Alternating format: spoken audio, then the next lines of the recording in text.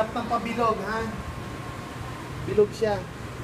May ring mold naman, na pag ginanon mo, bilog na siya, hindi na kayo mahirapan. Kaso, wala pa yata rito silang nare-request.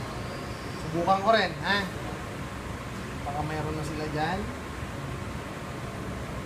Para hindi na kayo mahirapan. Yan, bilog siya ganyan. I-seal yung mga side. Tapos i-fold. Ganyan. Fold, ha? Fold.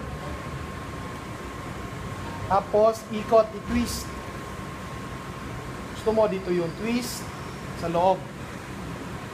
Ididikit nyo yung magkabilang side.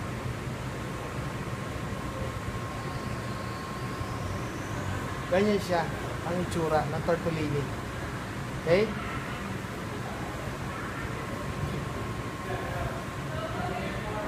Okay?